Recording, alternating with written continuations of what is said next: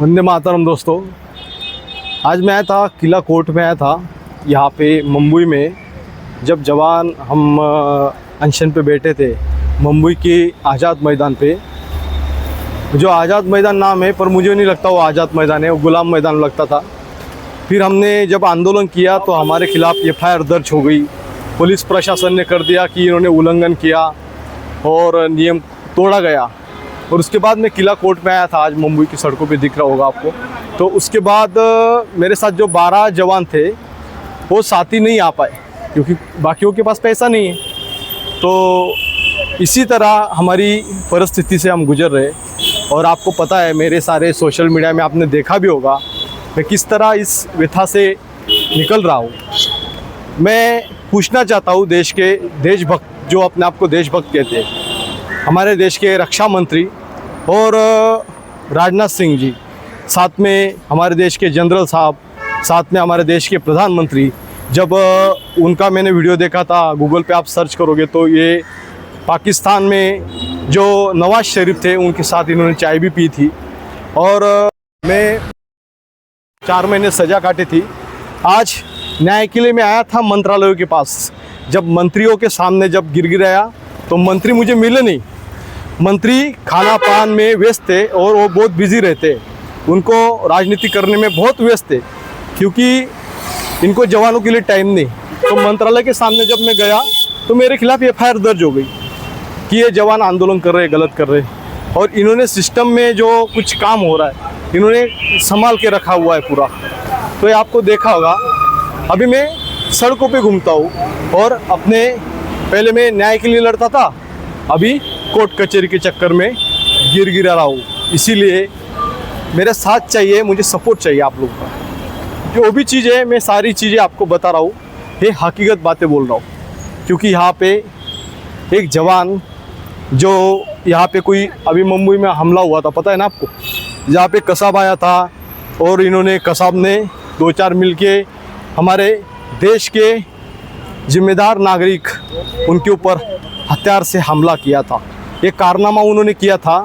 उन गद्दारों को तो सबक सिखाने की बहुत कोशिश की गई, वो पकड़े भी गए, पर इन्होंने इतने सारी कैजुअलिटी कर दी थी कि हमारे बहुत सारे मासूम लोगों की उसमें जान गई।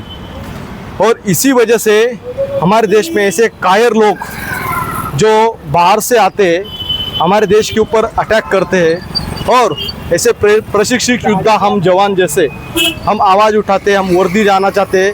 इन कायरों को सबक सिखाने के लिए हम वर्दी मांगते हैं। तो हमें इस तरह की सिचुएशन से सामना करना पड़ता है। मैंने पाकिस्तान में मैं वहाँ का दामाद नहीं था, पर अपने देश के लिए जो कुछ किया था ये अपने देश के लिए किया था। पर आज ये मुंबई की सड़क है जहाँ पे मैं चलता हुआ आपको दिख रहा हूँ और मेरी ये सारी चीज़ बात आपको सामने में बता रहा हूँ। और ये मुंबई की सड़क यहाँ पे दिख रही होगी आपको, ये पीछे दिख रहा होगा। और यहाँ पे CST स्टेशन है जहाँ पे हमला हुआ था।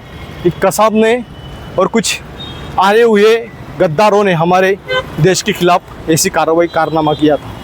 उनको सबक सिखाने के लिए, उनको ठीक ठाक करने के लिए हमारे जैसे जवानों की ज़रूरत है। हम जैसे जवान आज भी देश के लिए मर मिटने का सपना लेके चलते हैं। हम सड़क पे दौड़ते हैं। हमारी एक्टिविटी इतना फास्ट है कि हम अभी भी हमारे देश के खिलाफ कोई कार्रवाई करेगा तो उसको रोकने के लिए, उसको तोड़ने के लिए, उसके लिए हम तैयार रहते हैं। मेरी आज 11 साल देश की सेवा हुई है, पर अभी मैंने शुरू किया यहाँ पे मिशन कि यहाँ पे गद्दारों को हटाऊंगा, देश बचाऊंगा। इसीलिए ये मिशन में मैं चाहता हूँ आप लोग सपोर्ट करें और हर स्टेट से 2-4 आदमी मेरे साथ जुड़े। इससे हम बड़ा आसानी से ये कायर सिस्टम को ठीक ठाक करेंगे। जो अन्याय करेगा उसके खिलाफ कैंपेनिंग चलाएंगे। इसीलिए मैंने ये मुहिम शुरू की है। देश की जो मीडिया है, जो गुलाम मीडिया है, उसको आज़ाद कराने के लिए मैंने आवाज़ उठाई है। और जो मीडिया हमारे 2 साल से मैं लगातार कोशिश कर रहा हूँ कि हमारी आवाज़ जाएगी, जाने के बाद भी अनदेखा कर रही है, उस गुलाम मीडिया को आज़ाद कराने के लिए ये संकल्प लेके एक जवान आपके सामने बात कर रहा। मैं किला कोर्ट से बाहर निकला हूँ, डेट पे डेट मिल रही है, पर अभी भी ये संकल्प जिंदा है। मेरी देशभक्ति मेरे से कोई भी नहीं छीन सकता। ये देखिए यहाँ पे ये सड़कें यहाँ पे पूरा दिख रहा होगा आपको। ये यहाँ पे एक जवान जो अपनी सारी चीज़ बता रहा है, ये हकीकत बात है। इसलिए वीडियो को शेयर करें और हर आदमी को जागरूक करें। वंदे मातरम, जय जवान जय किसान।